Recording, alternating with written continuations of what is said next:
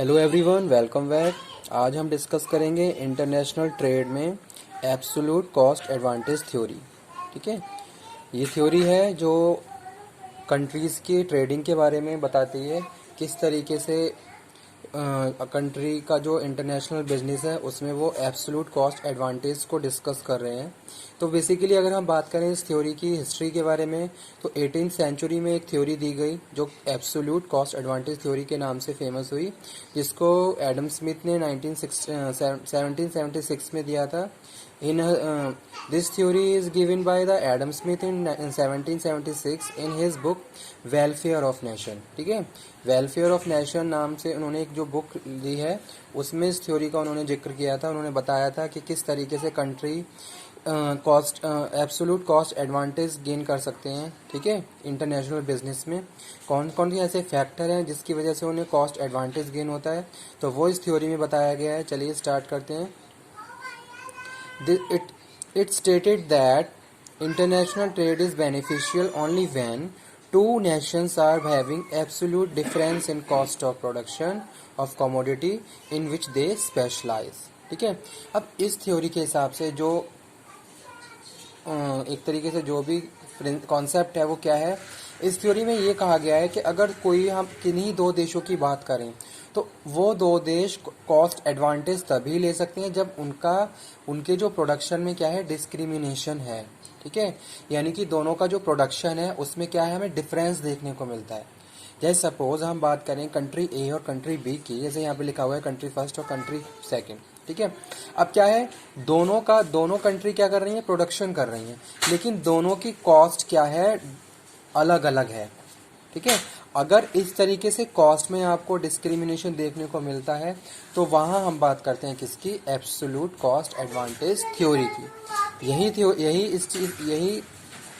इस थ्योरी में बताया गया है कि कंट्रीज कॉस्ट एडवांटेज तभी ले सकती हैं जब उनके प्रोडक्शन की कॉस्ट में वेरिएशन देखने को आपको मिलेगा, यानी कि जो प्रोडक्शन कॉस्ट है वो डिफर होगी, यानी कि अलग अलग होगी। ठीक है, तो सेम वही चीज यहाँ पे लिखी हुई है। It stated that international trade is beneficial only when two nations are having absolute difference in the cost of production of commodity in which they specialize।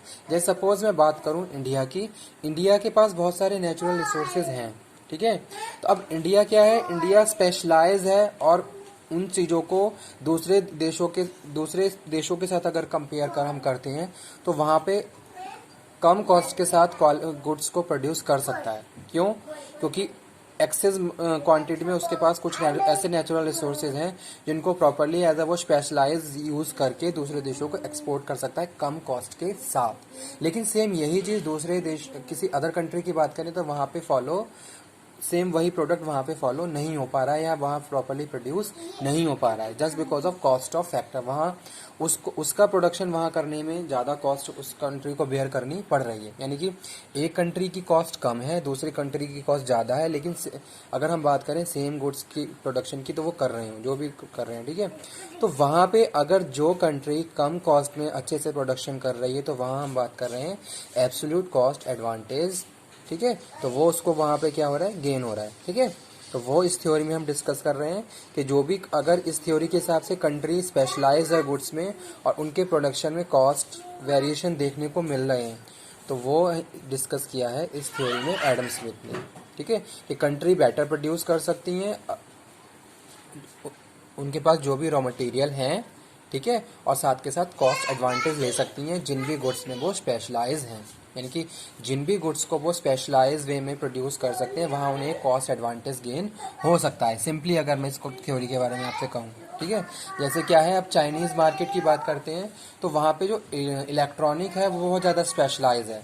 ठीक है, वो जो चाइना है वहाँ पे प्रोडक्शन कम कॉस्ट में बहुत अच्छा प्रोडक्शन वो लोग करते हैं, इलेक्ट्रॉनिक गैजेट्स हैं या जो भी, अगर हम किसी भी गुड्स की बात करें। अब ये उसके पास, तो चाइना के पास ये एडवांटेज है, कॉस्ट एडवांटेज है कि वो कम कॉस्ट में इन सभी चीज़ों को प्रोड्यूस कर सकता है। ठीक है, तो ये थी cost advantage theory of international trade. इस थ्योरी के कुछ अजम्पशन है वो हम डिस्कस कर लेते हैं। चलिए, इसकी जो पहला अजम्पशन है वो है कंप्लीट स्पेशलाइजेशन, यानी कि पहला assumption क्या है, स्पेशलाइजेशन होना चाहिए आपका उस गुड में, ठीक है। अगर आप कॉस्ट एडवांटेज लेना चाहते हो तो आपका स्पेशलाइजेशन होना जरूरी है। सेकंड assumption है परफेक्ट कंपटीशन आप होना चाहिए। जी हाँ, होगा ही। अगर आपका स्पेशलाइजेशन है तो वहाँ पे प्रॉपरली परफेक्ट कंपटीशन होगा, ठीक है।